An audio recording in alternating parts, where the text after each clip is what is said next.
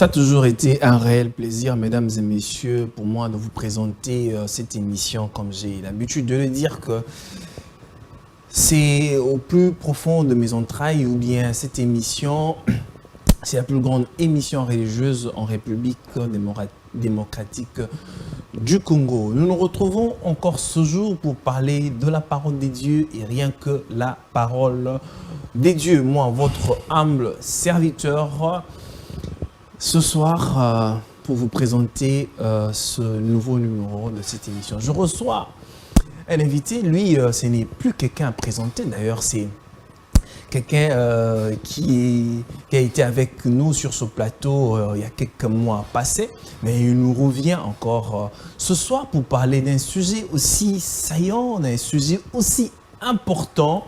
Alors vous allez devoir le découvrir dans les minutes qui suivent. Alors je dis bonsoir et bienvenue, pasteur Christian, Céleste Christian. Comment allez-vous? Bonjour Jules Mbi, je vais très bien, j'ai la tête au-dessus du cou et mon cœur bat au rythme normal. Dieu est au contrôle. J'aime seulement une chose parce que vous n'avez pas, si je peux emprunter ce terme-là, vous n'avez pas votre langue dans la poche. Vous avez les mots appropriés, en fait, pour parler. Okay. C'est juste une question de grâce. Est-ce que ce ne serait pas peut-être le fait de faire un peu trop de théologie, de beaucoup étudier et que ça vous rend un peu bavard? Pas du tout. Pas du tout. Pas du tout. Pas hein. du tout. Très bien. Alors, mesdames et messieurs, très chers téléspectateurs, c'était juste une introduction. Pour moi, une manière de me sentir un peu dans le bain et j'aimerais que la régie sera prête. Alors, pasteur, aujourd'hui, nous avons un sujet très important, mais avant de commencer à entrer dans le vif en fait, de notre sujet, nous sommes au mois de la femme. Est-ce que vous avez quelque chose que vous pouvez dire par rapport au mois? Parce qu'aujourd'hui, les gens, les avis sont, je dirais, partagés. Il y a d'autres qui disent que c'est le mois de la femme, et d'autres disent que c'est le mois de droit de la femme. Alors, vous, en tant que serviteur de Dieu, qu'est-ce que vous pouvez dire par rapport à ce mois qui est dédié carrément à la femme? Bon, je sais qu'autour du mois de la femme, il y a beaucoup des avis. Il y a divers avis, parfois qui se contredisent. Mais moi, en tant qu'enfant des dieux, je n'interviens pas à ces sujets comme pasteur. Je parle en tant qu'enfant des dieux. Juste dire que j'ai beaucoup de respect pour la femme. Pourquoi? Parce que c'est l'être par lequel l'homme vit au monde. Et la parole de Dieu n'a-t-elle pas dit qu'une femme sage bâtit le foyer? Donc la femme est une bâtisseuse, non seulement d'une nation, mais d'un foyer. Donc je pense que c'est un mois où l'on doit attribuer une attention un peu particulière par rapport à la femme, vu son rôle par rapport à sa notoriété dans le foyer et aussi dans la nation. Très bien. Alors, mesdames et messieurs, comme je vous ai annoncé dans mon prélude qu'aujourd'hui, il y a un sujet aussi saillant, important que nous allons devoir parler avec l'homme des dieux ici sur notre plateau. Nous allons parler de ce sujet qui tient les enfants des dieux sur l'enlèvement de l'Église, ou bien l'enlèvement ainsi que le retour du Seigneur Jésus-Christ. Je ne sais pas, mais nous allons devoir essayer de voir un peu certains points avec l'homme de Dieu pour voir si nous sommes vraiment dans le temps, mais qui doit partir et qui ne doit pas partir. Alors, avant de pouvoir entrer dans notre thème du jour, nous allons prendre ce beau cantique que la régie nous a préparé et on se retrouve tout juste après. C'est parti. De retour sur ce plateau, mesdames et messieurs, là c'était la sœur Godé Bodembe. De là où elle est, nous vous saluons depuis Congo Buzz Télévision. Alors, cher pasteur, Oui. nous allons entrer dans le vif de notre sujet, comme annoncé qu'aujourd'hui nous allons parler de l'enlèvement, du départ de l'épouse, du retour du Seigneur Jésus-Christ, ainsi que de la seconde venue, tous ces éléments-là. Alors, avant d'entrer dans le vif de notre sujet, alors j'aimerais à ce que vous puissiez nous dire, sincèrement, sommes-nous au temps de la fin? Si nous sommes au temps de la fin. Ouais. Eu égard au signe annonciateur de la venue du Christ, je peux affirmer que nous sommes réellement au temps de la fin. Eu égard au signe Annonciateur. Annonciateur. Voilà, de la venue du Christ.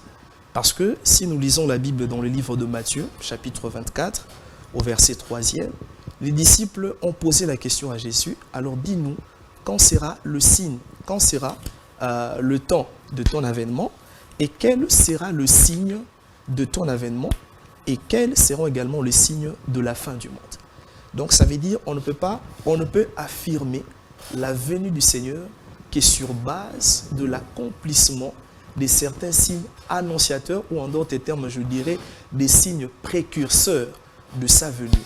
C'est lorsque nous regardons minutieusement comment évolue le monde, comment le monde évolue, et c'est par rapport à ces signes qu'on peut prétendre ou soit affirmer avec certitude que le Seigneur Jésus-Christ est bel et bien à la porte. Ok, si nous parlons alors des fins des temps, on dit, comme tout le monde le dit, que nous sommes à la fin de temps. Quand est-ce que ce temps de la fin a commencé? Quand est-ce que ce temps de la fin? Oui, ce temps de la fin a commencé. On peut marquer, ou bien il y a une période qui montre que le temps de la fin a commencé en cette période ici. C'est difficile de situer précisément le moment auquel le temps de la fin a commencé. Si vous ne savez pas préciser le moment, alors comment pouvons-nous dire que nous sommes au temps de la fin et que le Seigneur revient? Parce que nous devons parler de l'enlèvement. Et si nous ne savons pas quand le temps là a commencé et que le Seigneur reviendra comment? Justement, j'en viens. C'est parce que vous m'avez un peu ravi la parole. Lorsque Jésus descend vivant sur la terre, déjà, lors de sa dernière prédication, il a dit aux disciples, à l'effet de toutes les nations, des disciples, dites-leur que le royaume des cieux est proche. Donc déjà, de sa présence physique sur la terre, on peut dire que le temps de la fin avait déjà commencé. Parce que lui-même, lors de sa dernière prédication, il a dit, le royaume des cieux est proche. Dites-leur que le royaume des cieux est proche. Moi, je peux dire que le temps de la fin a déjà commencé depuis que le Seigneur Jésus-Christ était sur la terre. Mais par rapport à sa venue, il y a des signes annonciateurs qui révèlent ou qui annoncent que réellement le Seigneur Jésus-Christ est à la porte. Donc, disons carrément, ce temps a été introduit quand le Seigneur Jésus l'a annoncé, justement, de son vivant sur la terre. Voilà. Très bien. Alors, comme nous sommes en train de parler de ce sujet aussi important de l'enlèvement, du retour du Seigneur Jésus-Christ, nous estimons, après vous être expliqué par rapport à la fin de temps, on comprend que nous sommes à la fin de temps. Et aussi par rapport aux signes annonciateurs. Alors nous sommes au temps de la fin. Ça veut dire que nous attendons, ou bien l'Église attend l'enlèvement. Pour essayer un peu de comprendre mieux, c'est quoi l'enlèvement? Ok. Une question pertinente. L'enlèvement a été défini de plusieurs manières. Mais moi, je vais me référer par rapport à la parole de Dieu. Et surtout que je suis sur un plateau télévisé dont le thème c'est à la lumière de la parole. Évidemment. Donc toutes mes réponses seront encadrées par la lumière de la parole. Jésus-Christ, dans le livre de Jean, chapitre 14, il a dit ceci, que votre cœur ne se trouble point. Croyez en Dieu et croyez en moi. Il y a plusieurs demeures dans la maison de mon Père. Et lorsque j'irai là-bas, je veux vous préparer une place. Et après cela, je reviendrai pour vous prendre de telle en sorte que là où je suis, vous aussi, vous soyez. Donc, de manière emblématique, se basant sur ces versets, on peut définir aisément que l'enlèvement, c'est l'événement par lequel le Seigneur Jésus-Christ, après qu'il soit rentré auprès de son Père, et après qu'il ait préparé une place pour ses disciples, reviendra pour nous prendre de telle en sorte que nous soyons avec lui pour toujours. Donc voilà. Très bien. Alors, y a-t-il une différence entre l'enlèvement et la seconde venue? Oui, il y a une différence. Pourquoi? Parce que déjà l'enlèvement vient du mot grec harpazo, qui veut dire ravir, prendre de manière à disparaître, c'est-à-dire ravir quelque chose. Mais souvent, lorsqu'on parle sur les enseignements liés aux événements de la fin du temps, il y a une sorte de confusion qui est un peu entretenue. Parfois, on parle de retour de Jésus, parfois, on parle de l'enlèvement. Ah, vous parlez de la confusion. Oui, oui. Parfois, il y a une certaine confusion. Parfois. Oui, oui. Oui, oui. Ok. Après avoir écouté certains orateurs, certains hommes de Dieu, surtout lors de partage, vous sentez qu'on a tendance un peu à assimiler l'enlèvement et le retour de Jésus comme s'il s'agissait d'un même événement. Alors que l'enlèvement n'a rien à voir avec le retour de Jésus-Christ. Ce sont deux événements tout à fait différents et qui vont s'accomplir dans des temps diamétralement séparés. Ma question, excusez-moi, cher pasteur, je ne voudrais pas que vous puissiez escamoter ma question. Parce que j'ai plutôt demandé l'enlèvement et la seconde venue. Sont-elles deux choses différentes ou bien c'est une même chose? C'est des choses différentes. Expliquez-nous un peu comment Voilà. ça, c'est deux choses Voilà, différentes. je m'explique. L'enlèvement ne concerne pas tout le monde. L'enlèvement concerne que l'épouse ou l'église de Jésus-Christ. Lors de l'enlèvement, ce n'est pas tout le monde qui verra le Seigneur comme je vous regarde là. Et lors de l'enlèvement, le Seigneur Jésus-Christ ne descendra pas sur la terre. Il se tiendra dans les airs, comme l'apôtre Paul l'a dit, au son de l'archange. Et les morts en Christ ressusciteront d'abord premièrement. Ensuite, les vivants, c'est là, et même représenté sur la montagne de la transfiguration. Vous connaissez bien la parole de Dieu. Entre Moïse et Élie, qui a fait son apparition avant l'autre? N'est-ce pas que c'est Moïse? N'est-ce pas? Donc Moïse représente ceux qui sont morts dans le Seigneur et Élie représente ceux qui seront vivants lors de la venue du Seigneur. Ce sont les morts qui reviendront d'abord à la vie et les vivants, ensemble, nos corps vont se transformer pour revêtir ce qu'on appelle le corps incorruptible. Et ensemble, nous allons rejoindre le Seigneur Jésus-Christ dans les airs. Cela est même illustré dans l'histoire de Joseph. Vous savez que Joseph est un type du Christ, un personnage de l'Ancien Testament, mais qui s'est comporté de manière à poser des actes correspondant à la personne du Christ. Si je vous pose une question, lorsque le frère de Joseph ont rencontré Joseph alors qu'il était déjà promis comme premier ministre en Égypte, est-ce qu'ils l'ont reconnu facilement? Non. C'est Joseph qui s'est révélé à ses frères comme étant « c'est moi Joseph ». C'est un peu une image de l'enlèvement. Lorsque le Seigneur Jésus revient, il se tient dans les airs. Ce n'est pas tout le monde qui le verra, mais c'est ceux qui seront prêts, ceux qui sont morts en lui. Ensemble, nous les rejoignons ou dans les airs. Et directement, c'est comme on dit, comme d'une manière capturée. Ravir, il vient ravir. Voilà pourquoi lui-même a dit ce qui s'est passé au temps de Noé. C'est exactement ce qui se passe au temps du Fils de l'homme. Qu'est-ce qui s'est passé au temps de Noé? Est-ce que la porte fut-elle fermée alors que Noé et sa famille étaient encore en dehors de l'arche? Non. C'est quand tout le monde est entré dans l'arche, c'est quand la porte fut fermée que le malheur a commencé à s'abattre. Il en sera de même. Donc, l'enlèvement, c'est l'événement par lequel le Seigneur Jésus-Christ vient prendre son épouse afin de l'épargner aux malheurs qui vont s'abattre après l'enlèvement. Mais le retour de Jésus maintenant, quant à lui, c'est la descente physique de Jésus-Christ sur la terre. Parce qu'au ciel, souvenez-vous, au ciel, nous irons passer cette année où nous serons appelés à, comment dirais-je, quand nous serons au ciel pendant cette année, il y aura premièrement ce qu'on appelle les noces de l'agneau, notre mariage avec le Seigneur Jésus-Christ, et aussi ce qu'on appelle le tribunal de récompense. Pas un tribunal de péché, mais un tribunal où chacun ira rendre compte à Dieu de ce qu'il a fait, de ses œuvres. Attendez un peu, pasteur. Le tribunal de récompense dont vous parlez là. Parce que je ne voudrais pas que ce soit des choses qui sont dites en l'air comme ça. Est-ce qu'il y a quand même des références bibliques qui stipulent qu'il y aura un tribunal de récompense tel quel dans la Bible? Ou bien c'est juste vous, les hommes des dieux, par vos écrits ou bien par vos recherches à côté, donc les à côté de la Bible que vous... Regardez bien l'histoire de 10 vierges, n'est-ce pas? Vous connaissez l'histoire des 10 vierges. Il y a une nuance qu'on doit essayer un peu de bien poser.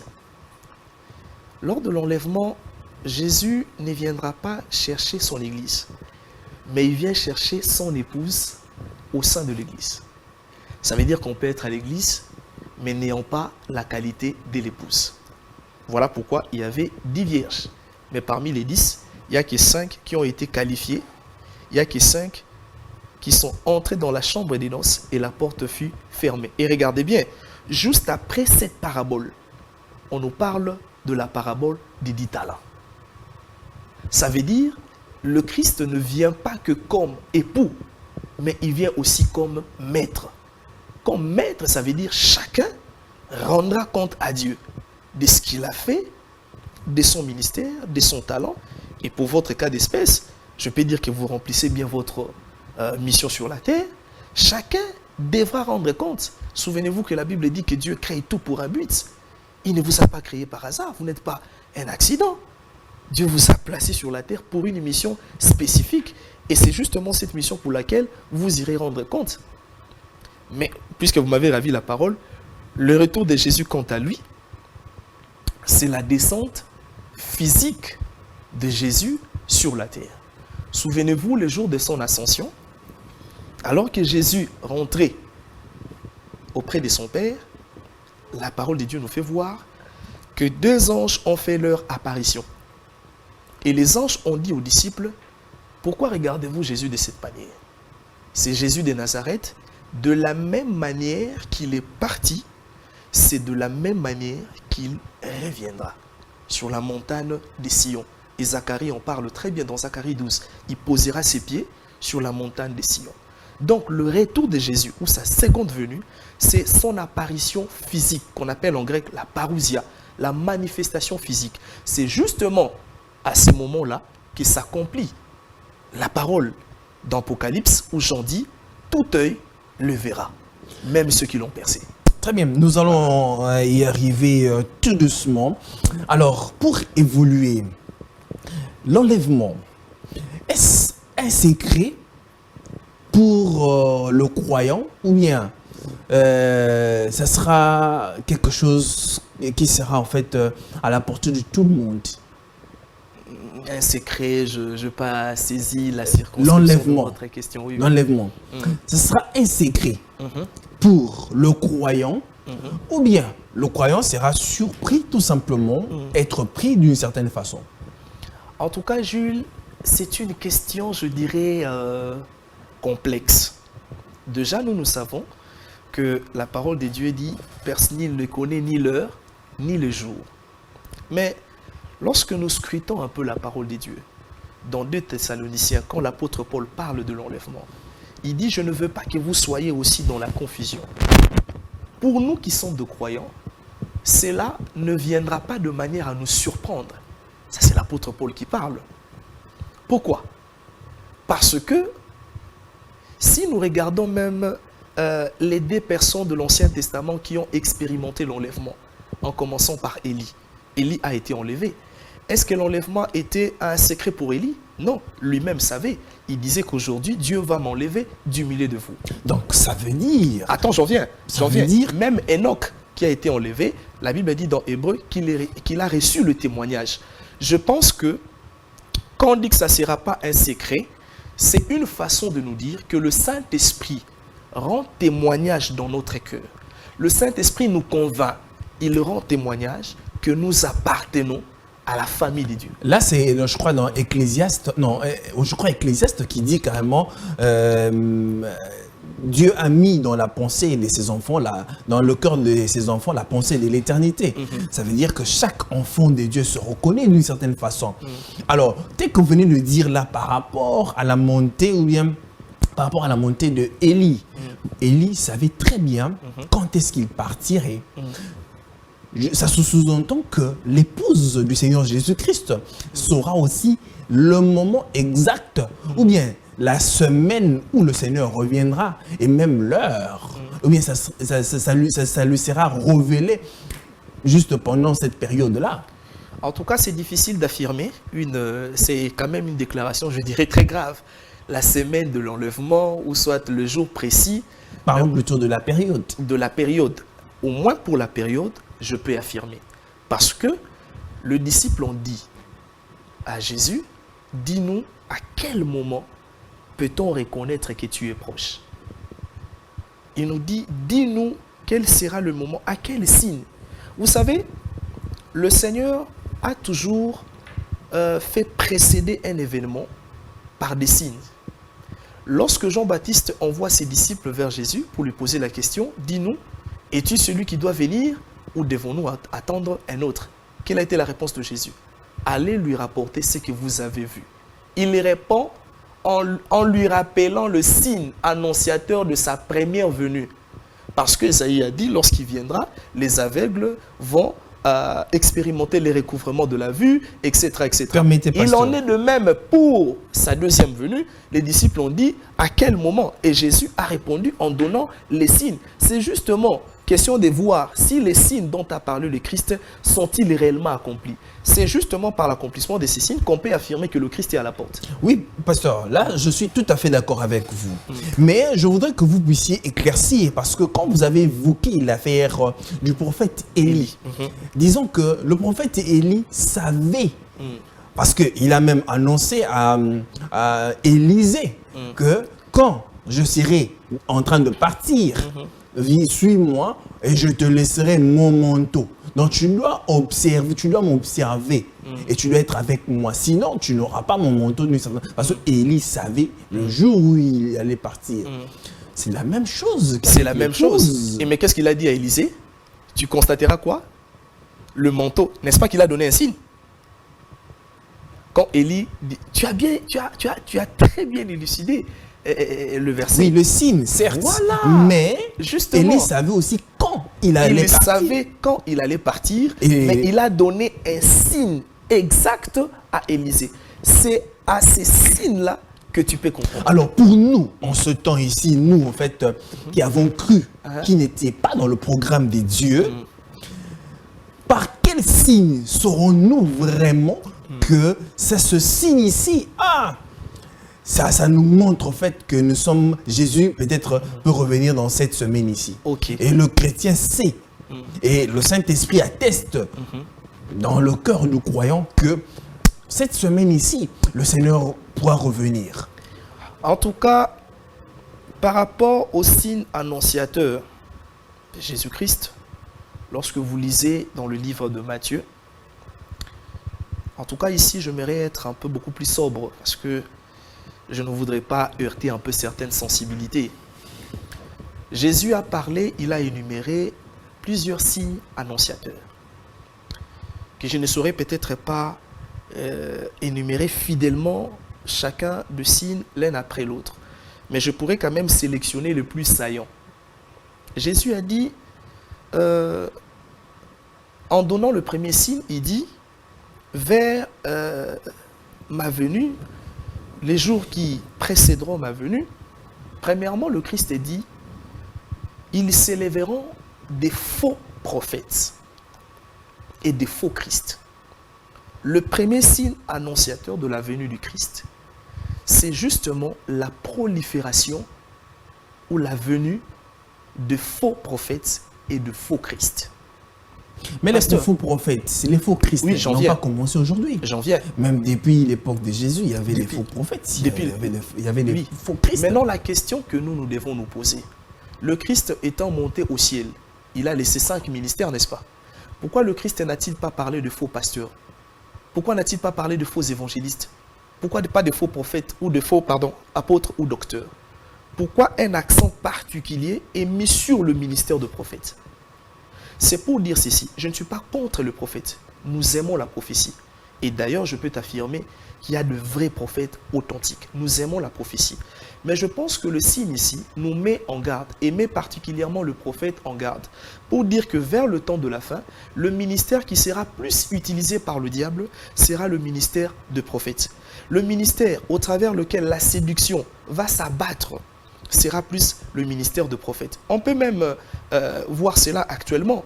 Si je vous pose une question, quel est le ministère qui est plus populaire aujourd'hui? N'est-ce pas que le ministère de prophète?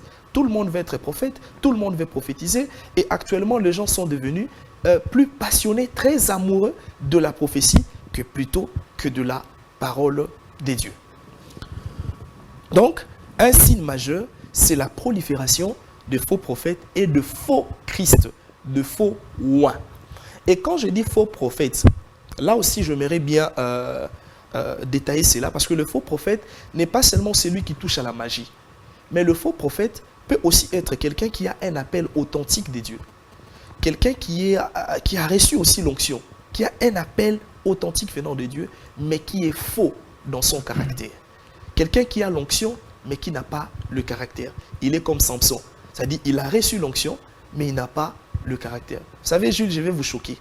Quelqu'un m'a dit une fois que c'est un ami, bon, on parlait ensemble, il m'a dit, Christian, viens dans notre église. À l'époque, je n'étais pas encore ordonné.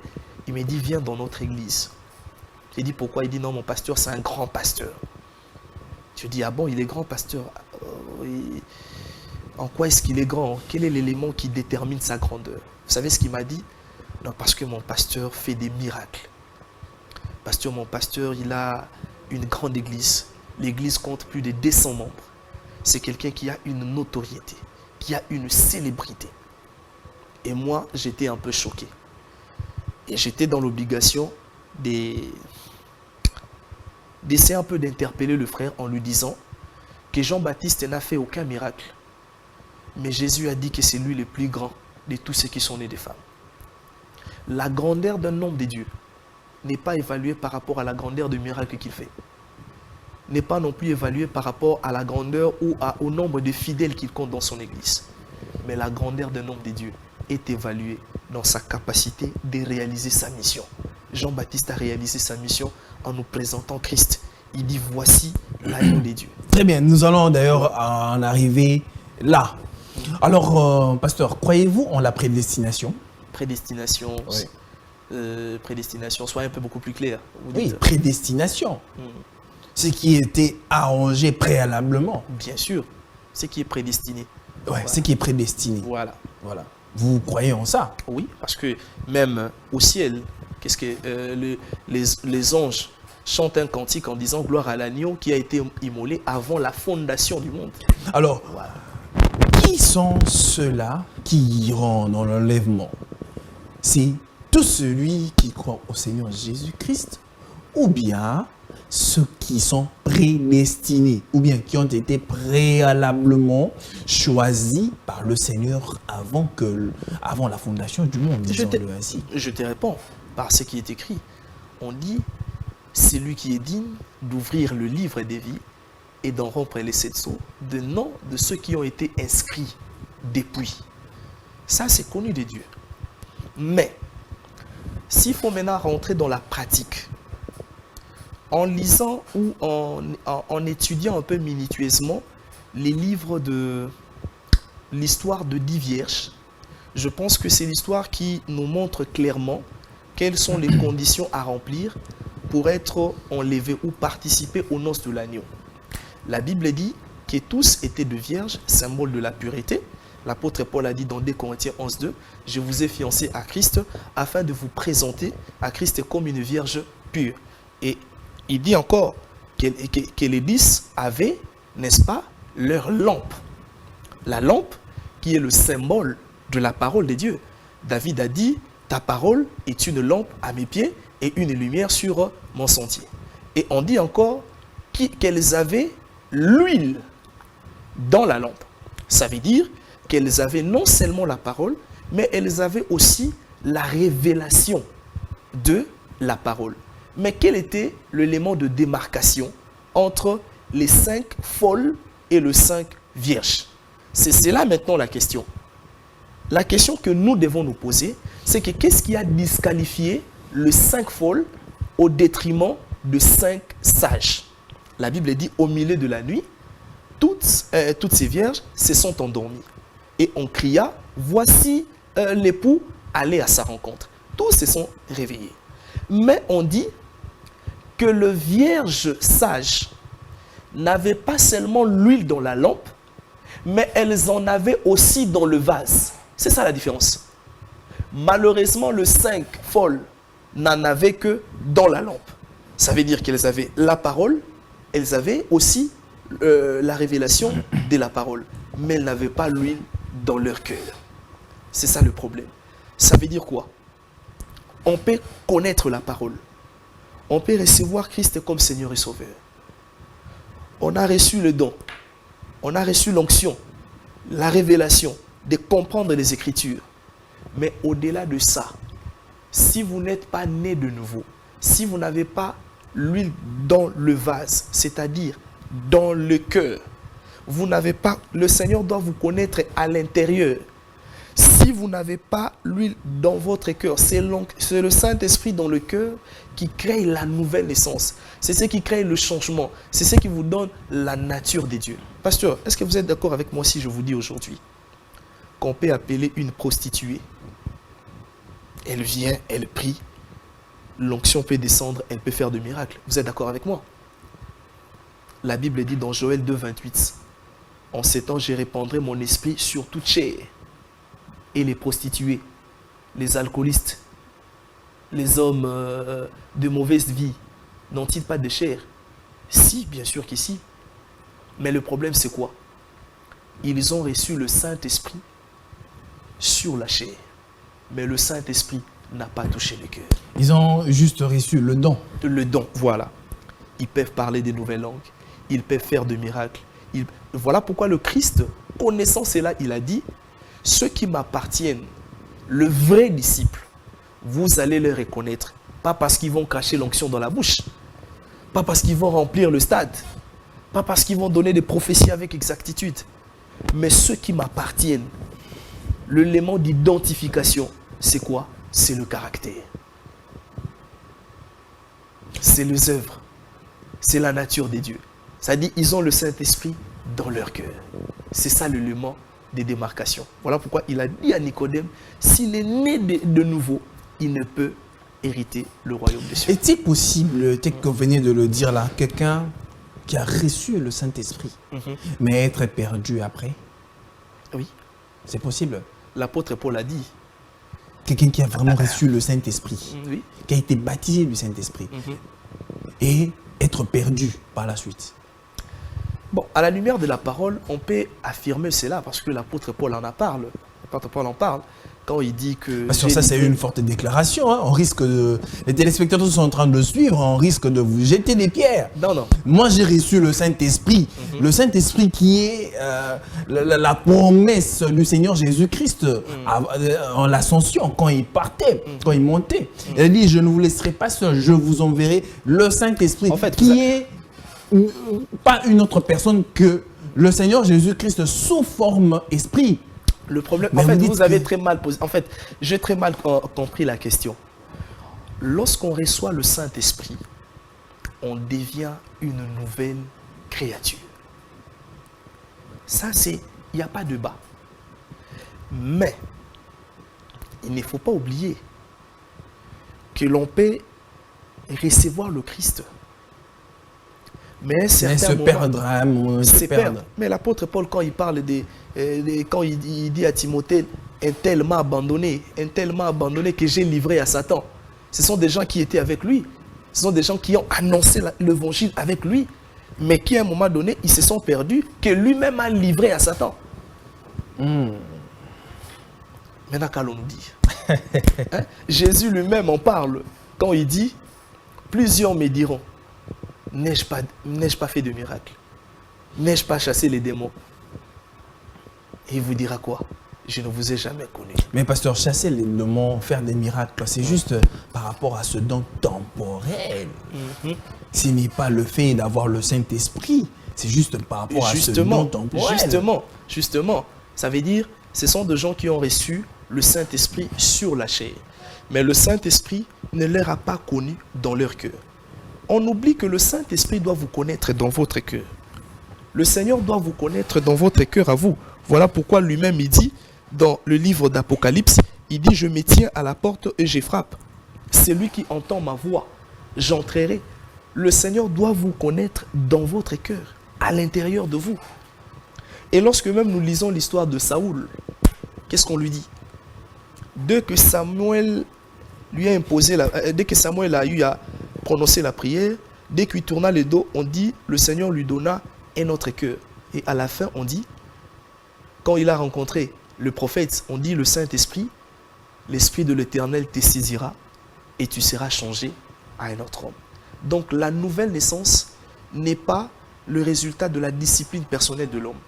Ce n'est pas de nos efforts personnels que nous naissons de nouveau. Mais il y a aussi une chose, c'est comme si vous les pasteurs, vous contraignez tellement les brebis, c'est comme si vous voulez qu'ils laissent par leurs propres efforts. Ce qui est Quand pratique. vous voyez une brebis qui n'arrive pas encore à maturité, ah pasteur, on a critiqué une brebis naïo.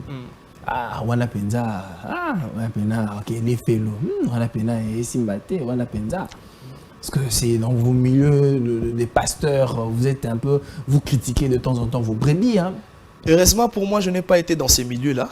Parmi ceux-là, dommage pour ceux qui ont fréquenté ces milieux. Je ne sais pas si vous les avez vus personnellement. J'ose croire parce que vous êtes un journaliste de haute facture.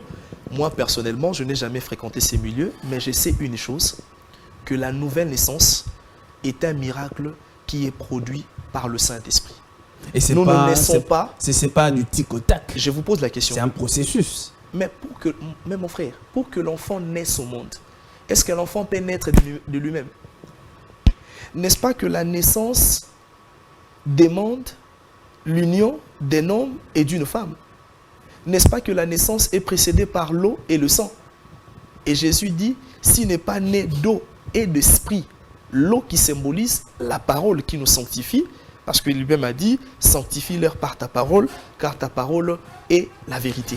Mais en soi, on dit que, hormis le fait d'être mis à part par la parole de Dieu, le Saint-Esprit, c'est celui qui produit la nouvelle naissance en nous. Donc la nouvelle naissance ne vient pas parce que vous vous êtes discipliné, parce que vous avez fait des efforts, vous avez observé un certain nombre de lois. Non, c'est le Saint-Esprit en vous qui produit, qui vous donne le caractère et la nature de Dieu. Ce n'est pas l'effort de l'homme, c'est un miracle du Saint-Esprit. Très bien. Alors, pour rentrer, au fait, moi, je voudrais qu'on essaie un peu de rester quelques minutes, 2 minutes, de la parabole des 10 vierges. Parce que là, nous voyons, c'est le Seigneur Jésus qui a parlé, au fait, de cette parabole des 10 vierges. Il y avait les 5 sages et les 5 folles. En ce temps de la fin, tel que vous l'avez très bien décrit, que nous sommes au temps de la fin et que le Seigneur Jésus en a même parlé, je parie que l'histoire se répète une fois de plus. Parce que là, c'était une préfiguration. Aujourd'hui, nous sommes dans la réalité des choses. Y a-t-il des vierges encore en ce temps de la fin?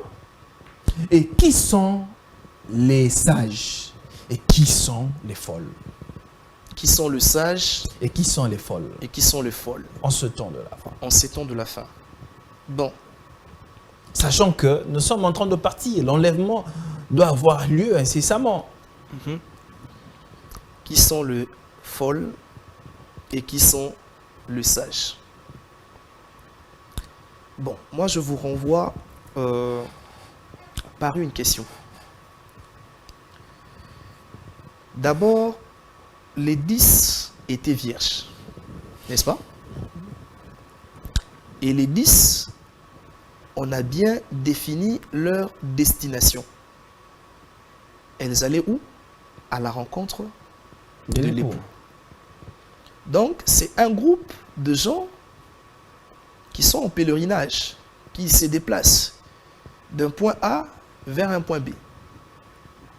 Et qui doivent avoir le regard braqué sur le pot. Et on dit, comme le pot tardit, comme le Seigneur Jésus-Christ tarde, la Bible dit, ils se sont endormis. Un sommeil spirituel s'est emparé d'eux. Le sommeil spirituel, ce n'est pas l'absence de prière intense, non. Le sommeil spirituel, ce n'est pas l'absence non plus de miracles, non. Mais le sommeil spirituel, c'est lorsqu'on cesse d'avoir le regard sur l'essentiel. C'est lorsque vous oubliez l'essentiel de votre mission sur la terre. Et ils se sont endormis. Voilà pourquoi moi je dis, même quand nous disons l'église des réveils, le réveil ce n'est pas les ébullitions, les exubérances, les agitations, les encore tombées. Un mouvement. Non, le mouvement, quand les gens se projettent à terre, quand les... Non, non. Le réveil, c'est un état d'esprit. On peut connaître tous ces mouvements, toutes ces agitations à l'église, de parler à langue, des exubérances comme vous voulez. Mais en réalité, vous êtes endormi. Le sommeil, c'est lorsque vous oubliez de regarder à la porte où doit sortir l'agneau. Et la Bible dit, au milieu de la nuit. La nuit représente le ténèbre. Au milieu de la nuit, l'église s'est endormie. Maintenant, quel est le message qui a réveillé? Quel est le message? Quel est le cri qui a interrompu le sommeil? Est-ce que c'était le message de la prospérité? Est-ce le message de l'onction? Est-ce le message prophétique? Non. La Bible dit, l'on cria, voici l'époux est à sa porte. Attendez, j'en viens. Les vierges se sont réveillées. C'est-à-dire, au temps où nous sommes, le message qui doit être diffusé, qui doit être annoncé en ces temps ici à l'église, c'est de dire à l'église, voici l'agneau est à la porte. C'est le seul message qui interrompt le sommeil. C'est le seul sommeil qui fait réveiller l'église de la distraction, des débats inutiles. Ce n'est pas le moment de dire au Kobala, au Kobonga, c'est le moment de dire après toi le Christ est à la porte. Malheureusement, nous sommes au temps de l'apostasie. Lorsque vous parlez de l'enlèvement, on vous prend pour un déconnecté, un monsieur démodé, un monsieur qui est peut-être, je dirais, un apépréiste. Il faudrait prêcher les messages qui plaisent. Il faudrait dire, voilà, tu iras en Europe, voilà, tu vas faire ceci. Là, vous êtes intéressant. Mais qu'il plaise à Dieu de nous garder, que nous soyons de la race de ceux-là qui diront toujours au peuple que voici l'agneau est à la porte. Vous savez, Jules, je vais vous dire une chose. La réputation que nous avons aux yeux des hommes n'est pas forcément celle que nous avons devant Dieu. Le monde entier peut vous acclamer. Tous les fidèles de l'église peuvent vous acclamer. Mais devant Dieu, vous avez échoué. Lorsque Dieu est venu demander à Abraham, Isaac, Abraham avait deux enfants, n'est-ce pas? Ismaël et Isaac. Mais quand Dieu demande à Abraham, Isaac, il dit, donne-moi ton fils unique. Pourquoi n'a-t-il pas dit le deuxième? Il en avait dit, logiquement. En principe, j'aurais souhaité que Dieu dise, donne-moi le deuxième. Mais Dieu dit quoi? Ton fils unique. Devant le monde entier, Abraham était père de 2 fils. Mais devant Dieu, il était père d'un fils. Dieu ne considère pas ce que vous faites ou ce que vous obtenez en dehors de sa volonté. Vous pouvez bien prêcher, les gens vous donnent des éloges, on vous fait des compliments, vous êtes un bon prédicateur, un bon orateur, mais alors que vous êtes passé à côté de votre mission. Et en ces temps ici, où tous les signes annonciateurs s'accomplissent sous nos yeux, mais c'est quand même décevant de voir que les chrétiens se fourvoient encore dans une distraction hors pair. On nous parle de la prolifération de faux prophètes, des guerres qui se sont accomplies. Et à la fin, on dit quoi? L'accroissement de l'iniquité. Aujourd'hui, il y a des États qui légalisent l'homosexualité. Il y a des États qui font même la promotion. Et c'est fort dommage de voir même que dans certaines assemblées religieuses en Europe, il y a certaines autorités religieuses qui bénissent déjà de mariage des unions entre hommes, entre les hommes, dirais-je. Et pendant que tous ces signes s'accomplissent, l'Église s'est endormie dans des messages, je dirais, qui est anachronique. Ok, l'Église s'est endormie par des messages anachroniques. Pasteur, moi je voulais que nous puissions essayer un peu de voir de manière scripturaire, la Bible, nous voyons dans la première venue du Seigneur Jésus-Christ, il y avait un homme qui s'est tenu là. Cet homme a préparé. Je sais là où tu veux atterrir. Cet homme a préparé l'entrée du Seigneur Jésus-Christ. Il a préparé la venue de Jésus. Avant que Jésus ne vienne, même il a dit préparez le chemin, voilà, voilà, vous connaissez très bien le verset. Et puis soudain, le Seigneur Jésus est entré. Le Seigneur Jésus a prêché et puis il est parti. Dans sa mission de racheter son épouse. Alors quand il doit revenir ici pour récupérer son épouse, n'y a-t-il pas encore une disposition scripturaire qui atteste que il faudrait qu'il y ait aussi un Jean-Baptiste qui nous présente le Seigneur Jésus-Christ, mais qui nous prépare pour ce départ soudain de l'épouse, d'une certaine façon. Je vais être clair comme de l'eau claire. Comment dirais-je? On dit quoi? Clair comme de l'eau claire dans un verre clair. Je vide parfois ces débats. Je sais là où tu veux m'emmener.